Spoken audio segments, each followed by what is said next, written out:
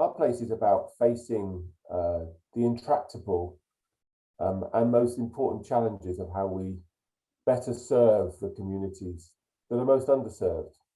And in all my work, and I'm very lucky that I work globally on these issues, I find that incredibly exciting and interesting.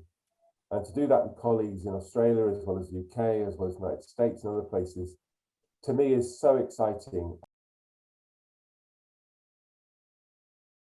Continuity of learning is perhaps at one level just common sense, because who would ever not want learning to be something which is smooth and builds on prior knowledge and prior skills and experience.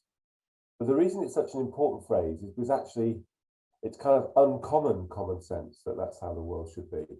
All too often for children, learning is marked by quite jarring transitions, as suddenly they have to adjust to the next phase rather than the phase adjusting to them.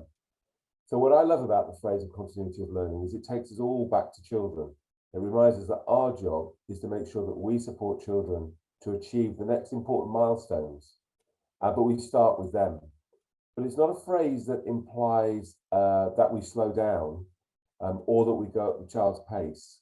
Actually, it's a phrase which I know when you understand it deeply means that you accelerate progress. You go further and faster, because you're building with the child rather than creating discontinuities, which of course slow and hamper learning. So it's a very, very useful way of rethinking what we do, thinking about it from the child's perspective, honouring and building on what other teachers, other educators have done, and working with the child to make sure they achieve the very best outcomes they can.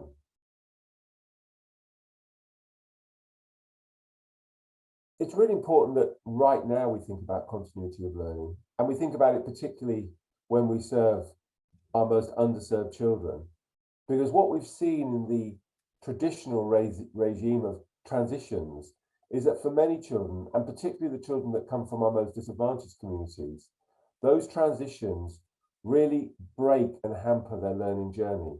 So right now, what we need to do is we need to secure as much progress as possible to ensure better outcomes for our children.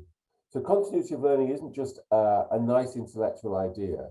It's not a more, if you like, friendly way of thinking about it, although it is those two things.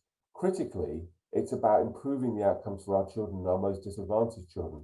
So continuity of learning makes us think again about what we do as teachers, what we know, what we understand.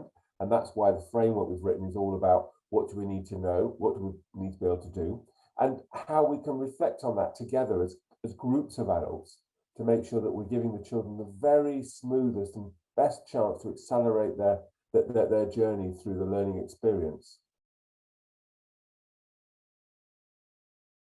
If you adopt, if you like, a continuity of learning mindset, I think three things really come to mind that you need to think about.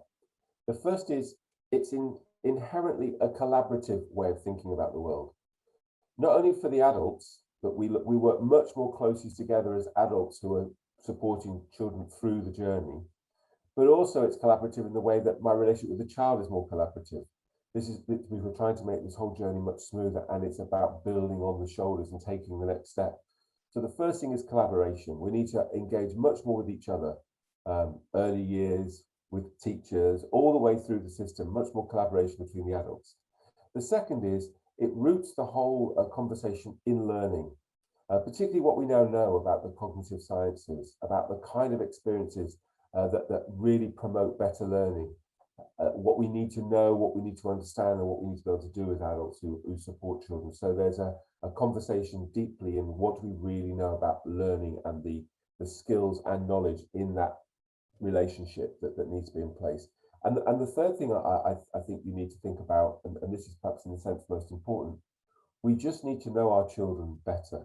We need to become really expert at assessment. And I don't mean testing, I mean deep assessment, formative assessment, diagnostic assessment, really understanding where our children are, what their misconceptions are, where their next learning step is, and how they learn best, so we can support them on this journey. So it's smooth and it's fast. I want to reiterate that continuity of learning is about accelerating progress, but in a way that works with the grain of the child and with the child, rather than a process where we put a sort of our regime on the child. We go to the child.